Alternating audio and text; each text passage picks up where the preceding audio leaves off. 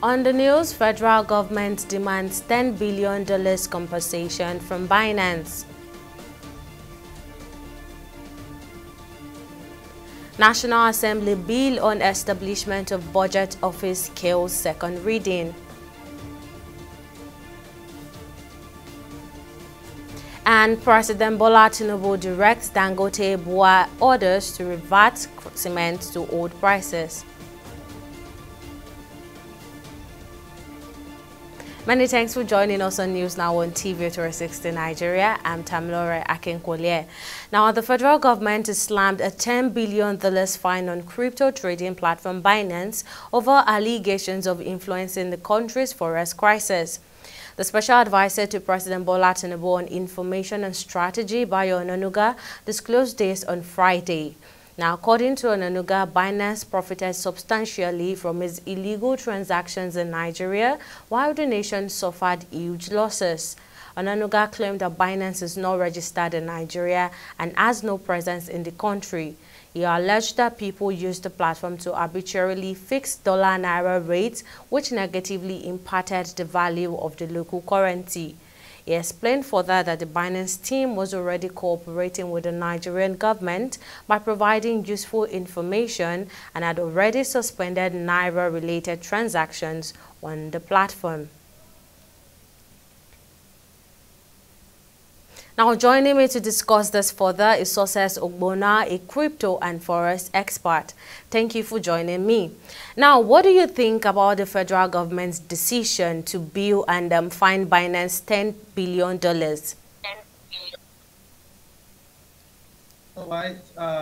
Thank you so much. But on the fine, right?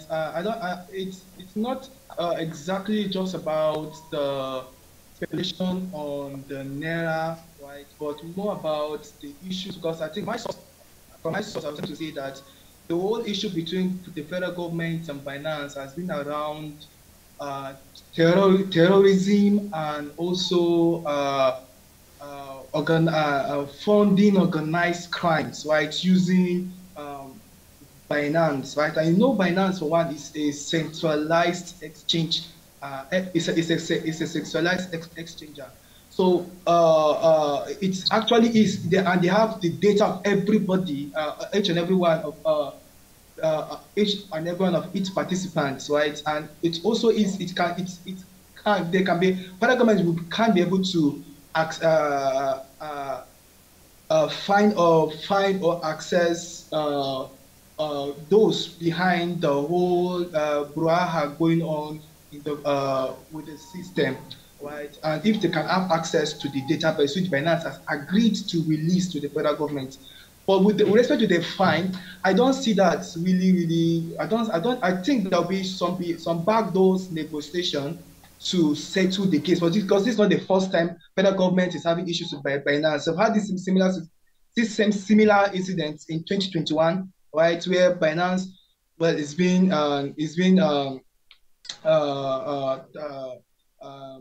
fined for tax evasion. So I think just the same similar drama happening today. That's what we are seeing right now. So I feel the fine is okay, it is fair enough, right? Because definitely these guys are benefiting from the Nigerian market. So definitely they should be taxed for whatsoever process they are making from one of the biggest markets in Africa. If not the biggest market in Africa. All right, now, Mr. Success, the Nigerian government cited concerns about the value of Naira as a reason for cracking down on crypto exchanges. Now, how true is this claim and how does it affect the crypto industry? As to respect to the value of Naira, although yes, you might say to an extent, Binance have their loopholes in that regards because of the many speculations a lot of the participants are doing on the system, right? So a lot of people participating, like those on P2P transactions, being able to speculate,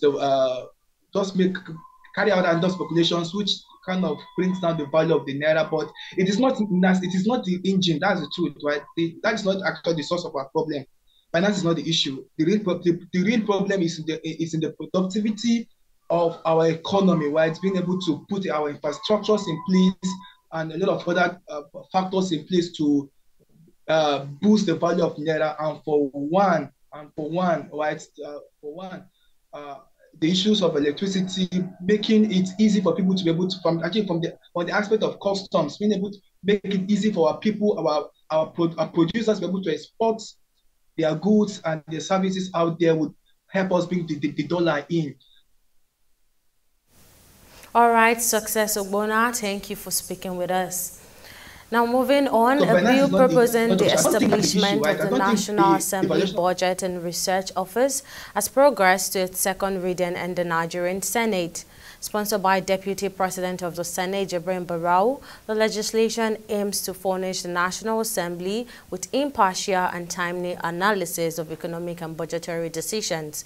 Despite previous rejection over the past 2 decades, senators underscored the bill's significance in fortifying legislative efficacy and ensuring comprehensive scrutiny of the executive's proposed budget. At this point, the Nigerian people are unanimous, whether we agree with them or we don't, that the budget of the National Assembly is too heavy. You might agree with it, you don't agree with it, but politics is about perception. Just this week, Mr. President, the President of Nigeria, Senator Bola Ahmed Tinubu, decided to scale down this on the basis of, collapse some agencies in order to reduce the cost of governance. This is one law when it comes back to us as a law signed by Mr. President that will enable the National Assembly, the legislature at the highest level in this country, to really answer the name a National Assembly that is empowered. Because there's more power in terms of approvals for expenditures in the National Assembly than probably any other power. The power or the purse. No ministry will come and tell you this is happening or that is happening. You check against your own data. So that will help the country, And every member of the National Assembly can go in there and have whatever anybody wants in terms of data, in terms of statistics, in terms of information, or anybody. So it is a very important office, and we need to put that in place here in order to go with international best practice. The directive by President Bola Tinubu to implement recommendations of the Oransaya report is generally seen as a decisive move aimed at streamlining government operations and reducing the cost of governance. But it has also stoked fear of unemployment, leaving thousands of the federal government employees anxious about the possibility of being laid off. Nigerian lawmakers have also asked President Tinubu to comprehensively review the Orasanya's report before implementing it. Now, speaking exclusively to TV 360 Nigeria, the lawmaker representing Gokana Federal Constituency, Rivers State, Dumna Mene Deko of the People's Democratic Party, says the comprehensive review is an essential step in order to capture ministries, departments, and agencies not captured in the report. He added that contrary to the fear of job losses, there will be realignment of duties.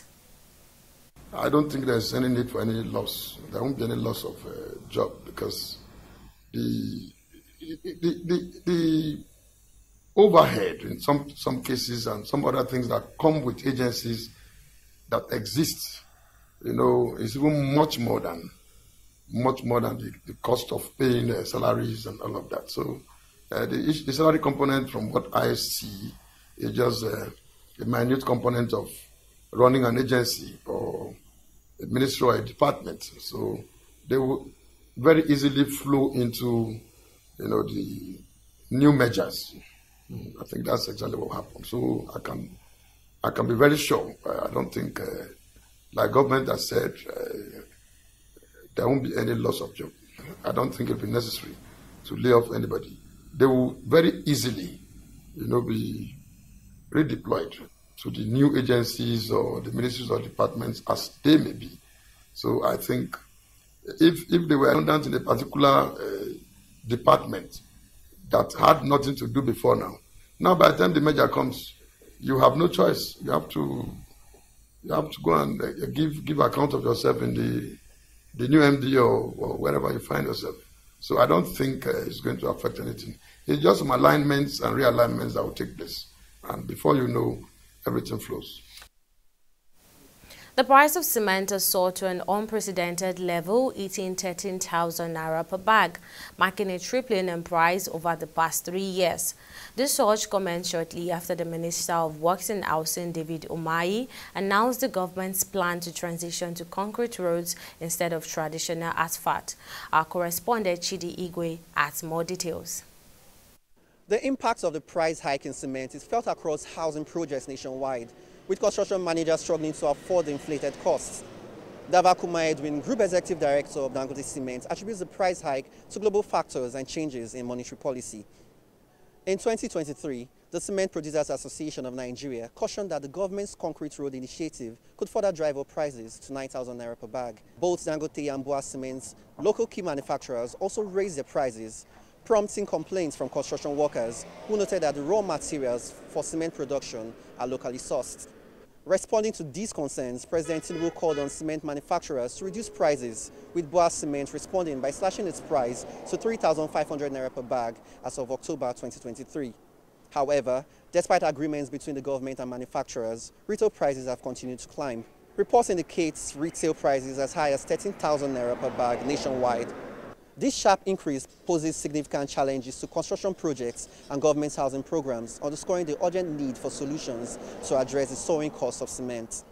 Chidi Igwe, TV360 News, Lagos. Commandant General Ahmed Audi of the Nigeria Security and Civil Defense Corps, NSCDC, has identified the critical role of credible intelligence sharing in combating criminal activities. His remarks were made during the inauguration of the new Operations Office of the NSCDC at the headquarters of the Kwali Local Government Council in Abuja. Audi highlighted our intelligence report have identified the use of Gwagwalandas and Kwali Area Council in the Federal Capital Territory as hiding spot for criminals. In response, he urged residents to continuously provide timely information to security agencies operating in Gwagwalanda and Kwali axis of the Federal Capital Territory. Research has proven that the only strategy to deal with it head-on is to really come together, cooperate together, and that is why we always preach synergy between all security agencies, and we also call on the cooperation and support from the civilians, the citizens, and we have also promised that the citizens should give confidential intelligence reports. A lot of things have changed.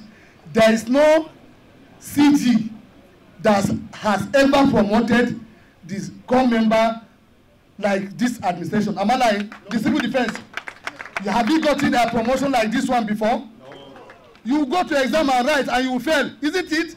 He has promoted a lot of you people. Over 20,000 people has been promoted because he's the man that said, talk and do. By this gesture, the Executive Chairman and the good people of Kwali Area Council have challenged us, and we promise to reciprocate the gesture by working assiduously toward combating crime and criminality in Kwali Area Council. It is often said that to whom much is given, much is expected. The National Drug Law Enforcement Agency, NDLEA, has announced the interception of the largest single consignment of heroin at the Murtala Mohammed International Airport in Lagos State. The agency's operation led to the seizure of 51.90 kilograms of heroin on February 12, 2024, and the arrest of members of an organized criminal organization involved in trafficking heroin across Nigeria, South Africa, Mozambique, Europe, and America. The seized drugs, with an estimated street value of 10 billion naira, were concealed in 15 cartons of 2,300-watt metal cutting machines. The consignment was set to be delivered to a warehouse in the Ikpaja area of Lagos State. To the seizure of what is now the single largest seizure of heroin in the history of the NDLA in the Murtala Mohammed International Airport.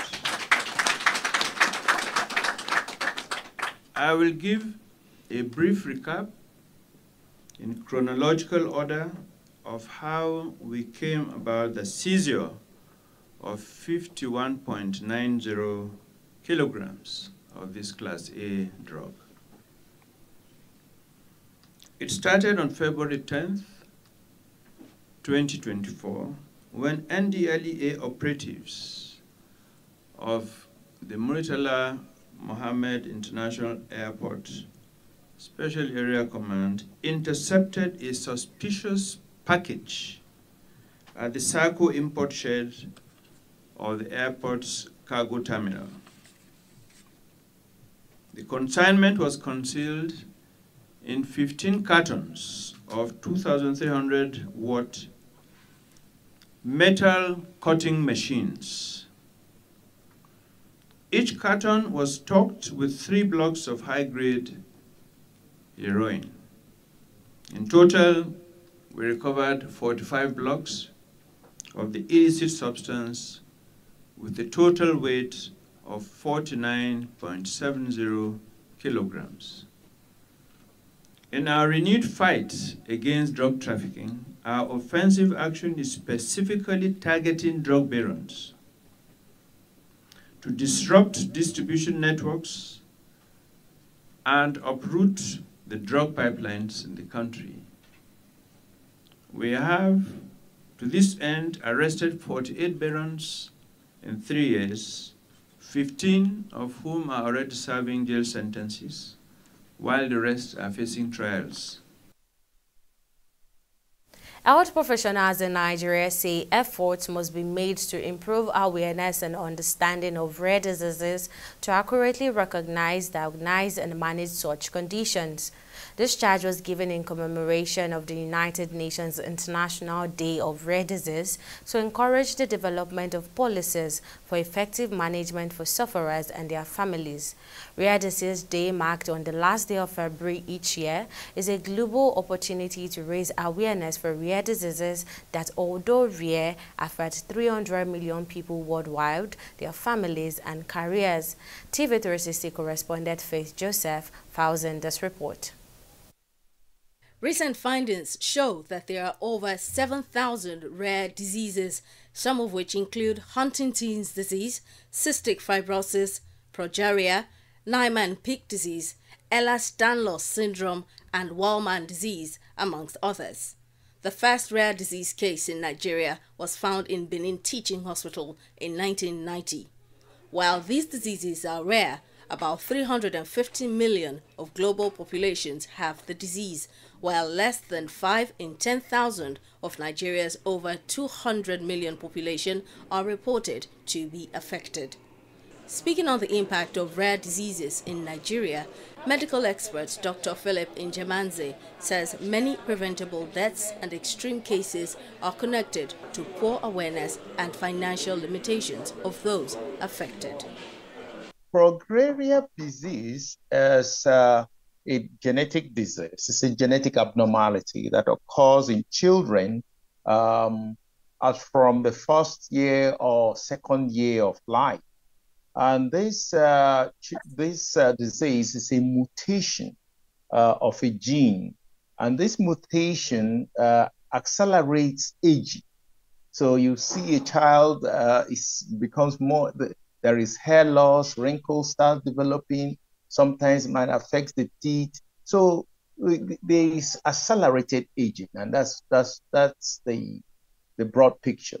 Rare diseases, also known as orphan diseases, are described as a group of medical conditions that affect a small portion of the population.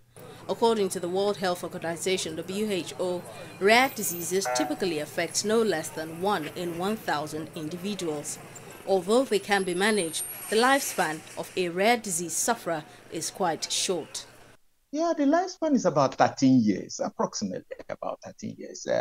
So because, you know, that 13 years, if you were to count it in a normal lifespan, it's over 100 years. So in terms of the aging process, so these people don't last that long. So there is really nothing that depends on us or we have to do in order to prompt a mutation. So these are happening at submolecular and molecular levels, which we don't truly understand the predisposing factors.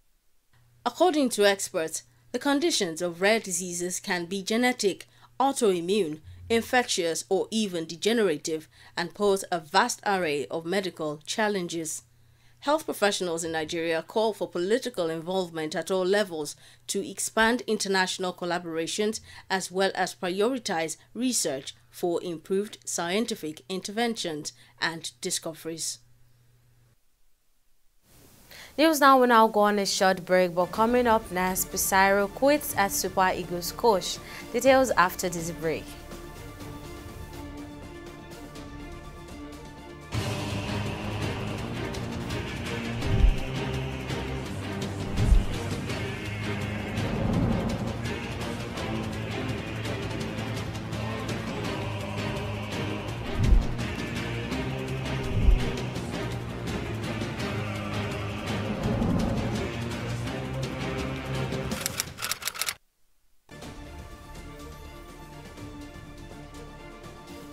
Welcome back. A quick recap of our headline stories. The federal government has slammed a $10 billion fine on crypto trading platform Binance over allegations of influencing the country's forex crisis. The special advisor to President Bola Tinubu on Information and Strategy, Bayo Onanuga, disclosed this on Friday.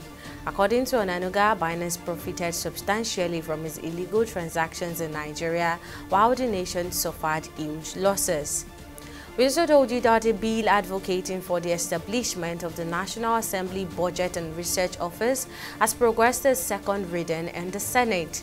Sponsored by the Deputy of the Senate, Jibrin Barau, the legislation aims to furnish the National Assembly with impartial and timely analysis of economic and budgetary decisions.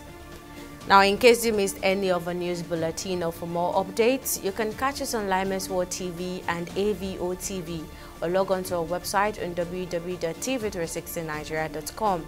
You can also follow us on our social media platforms on Twitter, Instagram, and YouTube at TV360 Nigeria, or download our mobile app on Google Play Store, Huawei App Gallery, and Apple Store. On Facebook, we're at TV360 Online.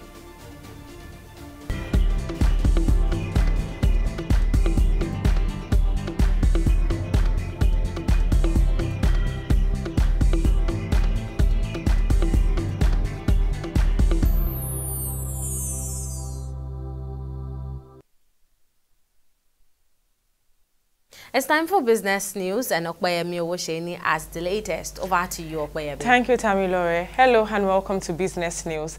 The House of Representatives has taken significant steps towards ensuring transparency and accountability in the implementation of the National Mass Metering Program, NMMP, mandating several key committees, including Power, Banking Regulations, Rural Electrification Agency, Housing and Habitat, to investigate the disbursement and utilization of funds under the NMMP by the Central Bank of Nigeria, CBN, to licensed electricity distribution companies, underscores the government's commitment to effective governance. The motion moved by Uchenna Aris Okonkwo highlights the importance of scrutinizing the level of compliance with the terms and conditions of the loans disbursed under the NMMP. The House also notes that the NMMP aims to reach over 6 million households and businesses with meters before the end of 2021 as part of the power sector reform agenda to promote transparency, accountability, and efficiency in the power sector. The House is concerned that there have been reports of discrepancies, mismanagement, and non-compliance with the terms and conditions of the loans disbursed under the NMMP by some discos, leading to inefficiencies, underperformance, and failure to achieve the objectives of the NMMP.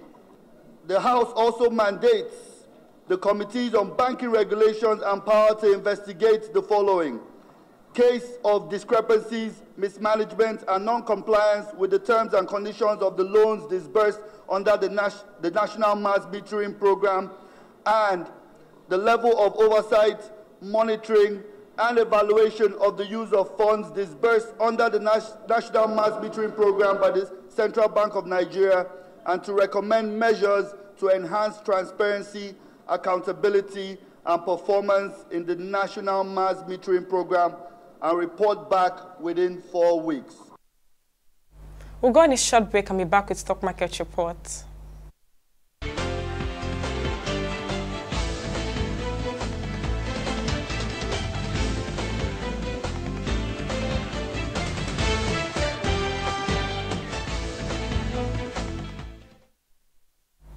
Nigeria's stock market lost about 1.83 trillion in the trading week, ending on Friday, March 1st, as investors moved to seek higher yields in the fixed income market following the decision of the Monetary Policy Committee (MPC). In the MPC meeting week, the market saw 4 days of negative closes as against just 1 day of positive close. The markets have maintained a southward movement on the last weekday of trading, decreasing by 1.23%, with the market capitalization at 554.04 trillion. Now, the market breadth, however, ended on a positive note with 47 gainers against 7 losers. While cement led the gainers with laggards of end of position of 10% at 135 naira per share, followed closely by corn oil, which closed at 90 naira 90 kobo per share. Now, at the end of the first weekday of trading on the Nigerian Stock Exchange, a total of 366 million volume of shares were exchanged in 9,168 deals, corresponding to a market value of over 6 billion were traded. Now, compared with the previous NGX trading day, that's Thursday, February 29th, today's data shows 32% decline in volume, 22% decline in turnover, and 5% decline in deals. Now, let's take a switch to our select global stock. Reverses the case for our select global stock today, as the UK FTSE and Japan's Nikkei maintained a northward progression and ended in the bullish territory at 0.75% and 1.90%, leaving just the US Dow Jones and the bears at 0.031%. Well, that's it on both business and stock market reports. Back to you, Tammy, for the rest of the news. Thank you, Okwayemi. Now, on the global scene, Iran is currently holding its first election since the 2022 anti-government protest, with voting underway amid expectations of low turnout. Seen as a crucial step of legitimacy for Iran's leadership, the election comes amid widespread voter apathy, following a period of unrest triggered by the death of a young woman detained for wearing an improper hijab. The aftermath of the 2022 protest, marked by a harsh crackdown on dissent, has left many Iranians disillusioned with the government, leading to reluctance or refusal to participate in the election. Over 61.2 million eligible voters are participating in 2 separate polls to elect members of parliament and assembly of experts, which selects and oversees Iran's supreme leader. And on sports, Jose Pizarro has left his role as coach of the Super Eagles after taking the team to the finals of the 2023 African Cup of Nations (AFCON). His contract with the team expired in February, and he was supposed to continue with the team after meeting his semi-final target. Although there were reports that the Nigeria Football Federation (NFF) was negotiating with the Portuguese to renew his contract, Pizarro is leaving the post. Pizarro's latest move comes 22 months after he took charge of the 3-time African champions. He was appointed in May 2022 after the Super Eagles failed to qualify for the World Cup in Qatar. And that's it on News Now. Many thanks for watching. I'm Tamilore Akinkwoliye.